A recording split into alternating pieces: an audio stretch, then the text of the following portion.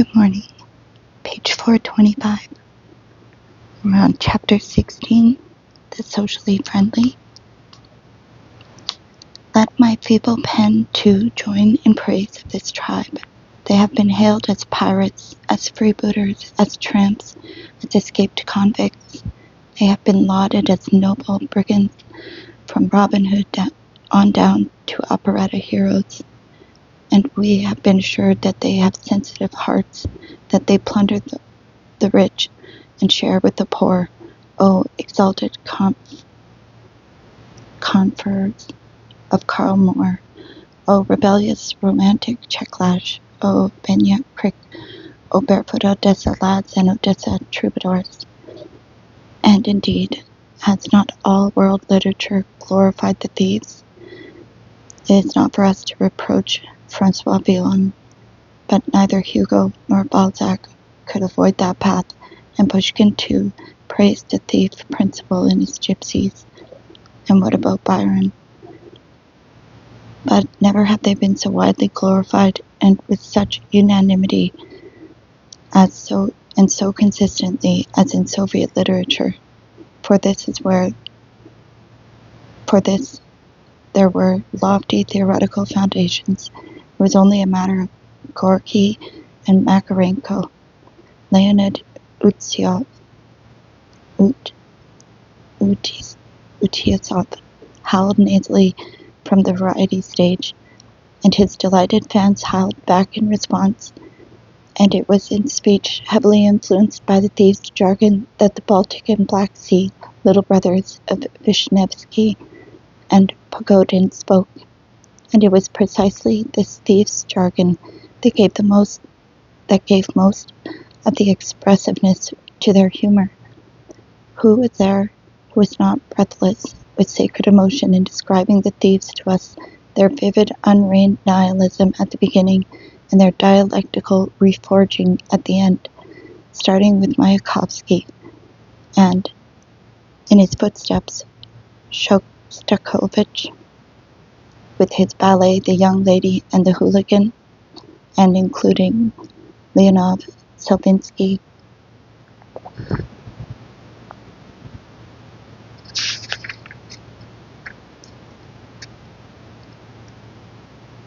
Imber, and you could go on and on. The cult of the thieves proved to be infectious in an epoch in which literature was drying up for lack of positive heroes. Even a writer so far from the official party line as Viktor Nekrasov could find no better model to exemplify Russian heroism than the thief Master Sergeant Chumak in the trenches of Stalingrad. Even Tatiana Yesenina Zhenya, the miracle of the 20th century, gave in to that same kind of hypnosis and drew for us the innocent figure of Vanka, Jack of Diamonds.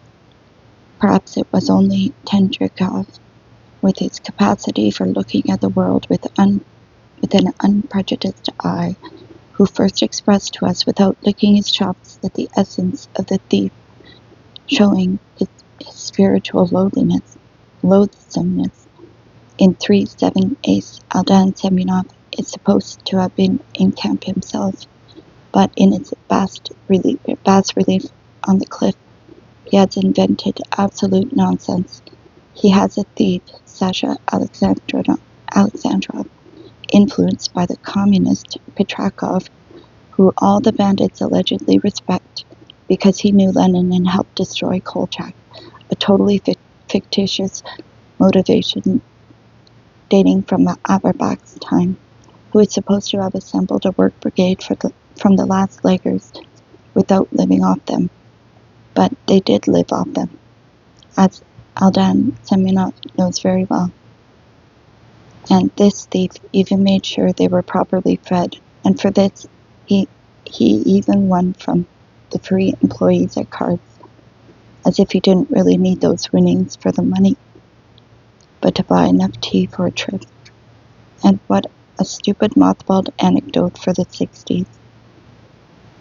Once, in 1946, on a summer evening in the mini-camp at the Kaluga gates in Moscow, a thief lay, stomach down, on the windowsill of the third floor, and in a loud voice began to sing on a thief's song, one thief's song after another.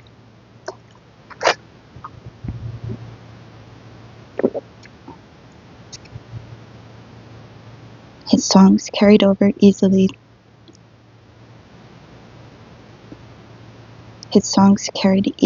over the gatehouse and barbed wire, and could be heard on the side of walks of the Bolshevik Kaluga Street, at the trolley bus stop there, and also in the nearby section of Nezhkuchny Park.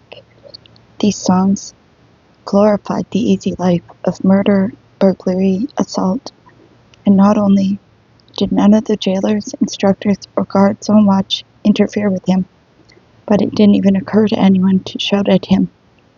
This propaganda of the thieves' views, it seemed, is no way contradicted by the structure of our lives or threatened it. I sat there in the compound and thought, what would happen if at this moment I were to climb up on the third floor from the same window in as loud a voice, saying something about the fate of the Russian POW, such as, "Where are you? Where are you?" A song I had heard in counterintelligence headquarters at the front. Or what if I myself had composed something on the fate of the humiliated and trampled frontline soldier? What an uproar there would have been. How fast they would have come running. And right in all that hustle and bustle, they would have run up the fire ladder to get me, not waiting until I was surrounded. They would have gagged me, tied my hands, and pasted a second term on me. Yet the thief went right on singing, and the three Muscovites listened, as if that were the most ordinary thing in the world. Now historically, as they never tire of saying in our country, this did not happen all at once. In old Russia there existed, just as there exists in the West, an incorrect view of thieves as incorrigible permanent criminals, a nucleus of criminality.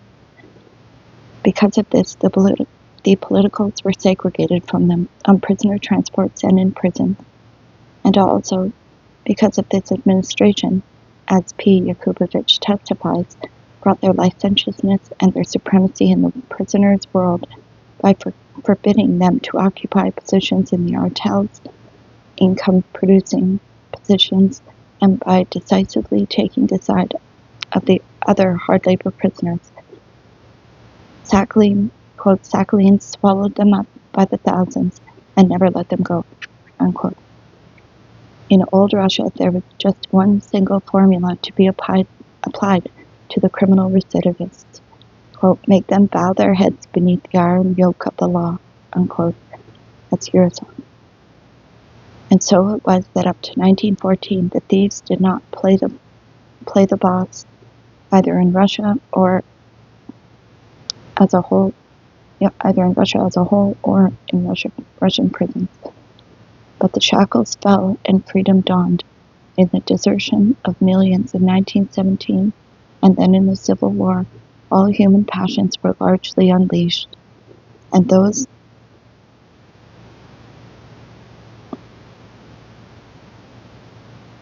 of the thieves most of all, and they no longer wished to bow their heads beneath the yoke.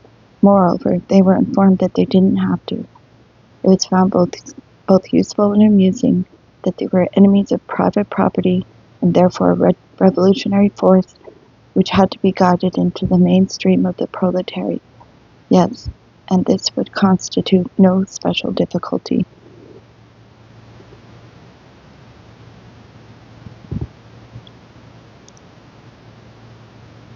An unprecedented multitude of newcomers also grew up to join them, consisting of the orphans of the Civil War and famine, homeless waifs or besprizorniki, and hoodlums.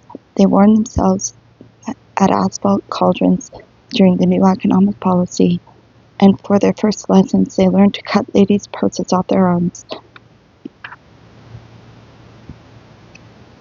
and lift suitcases through train windows with hooks, reasoning on a social basis. Wasn't the environment to blame for everything? So let us re-educate these unhealthy lumpen proletarians and introduced them into a system of conscious life. And the first communes came into existence for this purpose, and the first children's colonies and the motion picture wrote the road to life. But what they didn't notice was that the best Prinsoriniki, who were not full-blown thieves,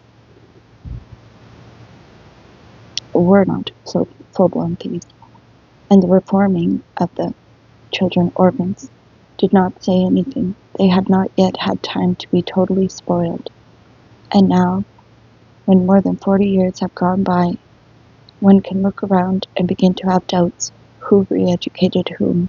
Did the Chekists re-educate the thieves, or the thieves the Chekists? Yurka, the habitual thief, who adopted the Chekist faith, became a bitch, and his fellow thieves would cut his throats. The Chekist, who acquired the psychology of the thief, was an energetic interrogator of the 30s and 40s, or else a resolute camp chief. Such men were appreciated. They got the service promotions, and the psychology of the Urki was exceedingly simple and very easy to acquire. 1. I want to live it and enjoy myself, and F the rest. 2. Whoever is the strongest is right. 3. If they aren't beating you, then don't lie down and ask for it. In other words, as long as they're beating up someone else, don't stick up for the ones being beaten. Wait your own turn. Beat up your submissive enemies one at a time. Somehow, this is a very familiar law. It's what Hitler did. It's what Stalin did. How much Shinin has listened to our ears about the unique code of the thieves, about the honor of their word. You read him, and they all turn into Don Quixotes as patriots, but just wait till you meet those ugly mugs in a cell or a Black Maria. Come on now, stop lying, you mercenary pens. You who have observed the Russian thieves through a steamship rail or across an interrogator's desk, you who have never encountered the thieves when you were defenseless. The thieves, the Urki, are not Robin Hoods. When they want, they steal from last leggers. When they want, they are not squeamish about taking the last footcloths of a man freezing to death. Their slogan is, you today, me tomorrow. But perhaps they really are patriots. Why don't they steal from the state? Why don't they plunder the special country villas? Why don't they stop the long black limousines?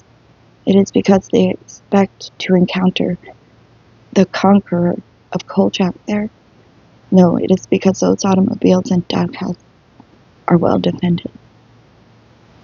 And because stores and warehouses are shielded by the law, because the real Stalinists understood long ago that all this was just a big buzz, this re-education of the Urki, and he decided, and he redirected their energy, sick them on the citizens of his own country. Here is what the laws were like for 30 years, to 1947, for robbery of the state, embezzlement of state funds, a packing case from a warehouse, for 3 potatoes from a collective farm, 10 years. After 1947, it was as much as 20. But robbery of a free person? Suppose they cleaned out an apartment, carting off on a truck everything the family had acquired in a lifetime. If it was not accompanied by murder, then the sentence was up to 1 year, sometimes 6 months. The thieves flourished because they were encouraged. Through its laws, the Stalinist power said to the thieves clearly, do not steal from me, steal from private persons.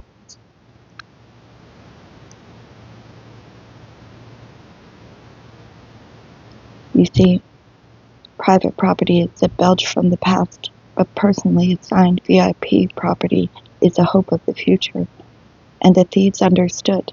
In their intrepid stories and songs, did they go steal where it was difficult, dangerous, where they could lose their heads? No, greedy cowards. They pushed their way in where they were encouraged to push their way in.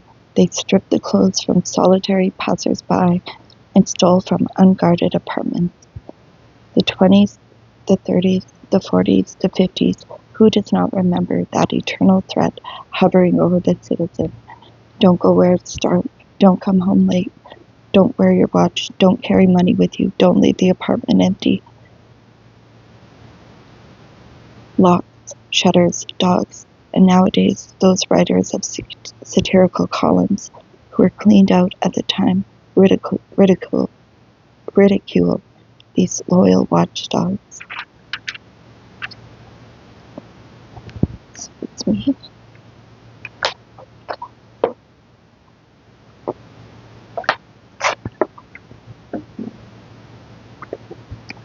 It's so dry in here.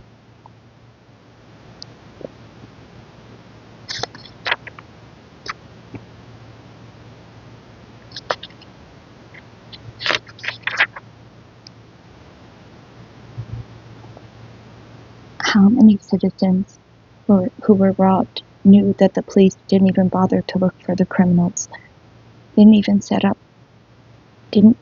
case in motion so as not to spoil their record of completed cases?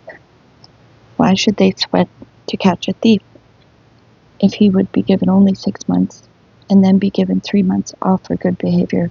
And anyway, it wasn't certain that the bandits would ever be tried when caught. After all, prosecutors lowered the crime rate, something demanded of them at every conference, by the curious method of simply quashing cases, especially if they foresaw there would be many defendants. Finally, the sentences were bound to be reduced, and of course, for habitual criminals especially. Watch out there now, witness in the courtroom. They will all be back soon, and it'll be a knife in the back of anyone who gave testimony. Therefore, if you see someone crawling through a window, or slitting a pocket, or your neighbor's suitcase being ripped open, shut your eyes, walk by, you didn't see anything. That's how the thieves have trained us, and the thieves and our laws. In September 1955, the Literaturная Gazeta,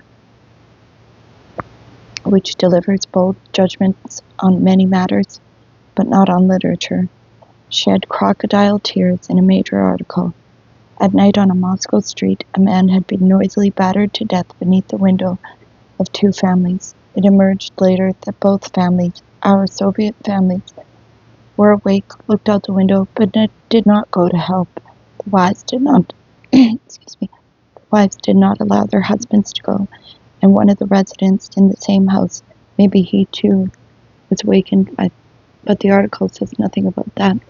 A member of the party since 1916, a retired colonel, evidently languishing without anything to do, had taken it on himself the duty of public accuser. He was going around to editorial offices and courts demanding that those 2 families be charged with abetting a murder, and the journalists thundered also. This didn't come within the terms of the criminal code, but it was a disgrace. Yes, it was a disgrace, but for whom? As always in our prejudiced press, everything that was said in this essay, except the main thing that 1. The Voroshilov amnesty of March 27, 1953, seeking to win popularity with the people, flooded the whole country with a wave of murderers, bandits, and thieves who had great difficulty being rounded up after the war. To pardon a thief is to kill a good man. 2. In the Criminal Code of 1926, there was a most stupid article, 139, quote, on the limits of necessary self-defense, unquote, according to which you had the right to unsheath your knife only after the criminal's knife was hovering over you, and you could stab him only after he had stabbed you, and otherwise you would be the one put on trial. And there was no article in our legislation saying that the greater criminal was the one who attacked someone weaker than himself. This fear of exceeding the measure of necessary self-defense led to total spinelessness as a national characteristic. A hoodlum once began to beat up the Red Army man Alexander Zakharov. Outside a club, Zakharov took out his folding penknife and killed the hoodlum, and for this he got 10 years for plain murder. And what was I supposed to do? He asked, astonished. Prosecutor Artsishevsky replied, you should have fled. So tell me, who creates hoodlums?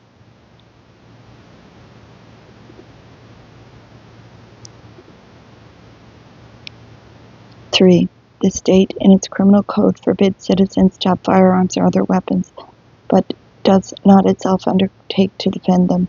The state turns its citizens over to the power of the bandits, and then through the press dares to summon them with social resistance against those bandits. Resistance of what? With what? With umbrellas, with rolling pins? First, they multiplied the bandits, and then, in order to resist them, began to assemble people's vigilantes, Druzhina, which, by acting outside the legislation, sometimes turned in the very same thing. But then, how could they have simply forced them to bow their heads beneath the yoke of the law from the very beginning, the one and only true teaching against the bad? So what would have happened if those wives had let their husbands go out? And if the husbands had run out with clubs, either the bandits would have killed them too, which is more likely, or else they would have killed the bandits and gone to prison for exceeding the limits of necessary self-defense. The retired colonel, taking his dog out for a morning walk, could in both cases have relished the consequences. Any genuine initiative like that shown in a French film, The Waterfront at Dawn, in which the workers went about catching thieves and punishing them themselves without the knowledge of the authorities, would in our country have been suppressed as illicit. Could one even imagine that way of thinking in that sort of film in our country? But that is not all. There is one more important feature of our public life which helps thieves and bandits prosper: fear of publicity.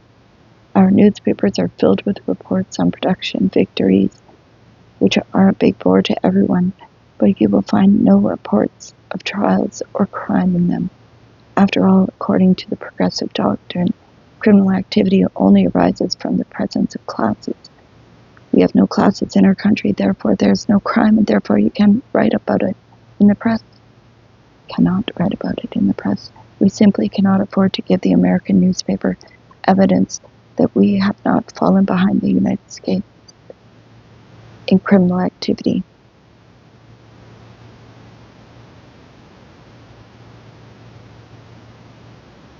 If there is a murder in the West, photographs of the criminals are plastered on the walls of buildings. They peer out at one from the counters of bars, the windows of streetcars, and the criminal feels himself a persecuted rat. If a brazen murder is committed here, the press is silent. There are no photographs, and the murderer goes 60 miles away to another province and lives there in peace and quiet. And the Minister of Internal Affairs will not have to answer questions in Parliament as to why the criminal has not been found. After all, no one knows about the case except the inhabitants of that little town. If they find him, well, good, and if not, that's all right too. The murderer hasn't violated the state border, so he isn't dangerous enough to the state to justify proclaiming a countrywide search for him. It was the same with criminal activity as it was with malaria. It was simply announced one day that it no longer existed in our country, and from then on it became impossible to treat it or even to diagnose it. Of course, both the police and the courts were inclined to close cases, but that led to formalities which played even more into the hands of the real murderers and bandits. They would accuse anyone at all of an unsolved case, whoever happened to be nearest at hand, and they were particularly fond of hanging several crimes on someone already guilty of one. It is worthwhile recalling here the case of Pyotr Kiselov, who was twice, without any clues or evidence, sentenced to be shot for a murder he had not committed, or the case of Aleksandr Solzhenitsyn, which was similar. If lawyer Popov's letter to the Kiselov case had come not to Izvestia, but to the times it would have resulted in a change of the Queen's Judge or a government crisis.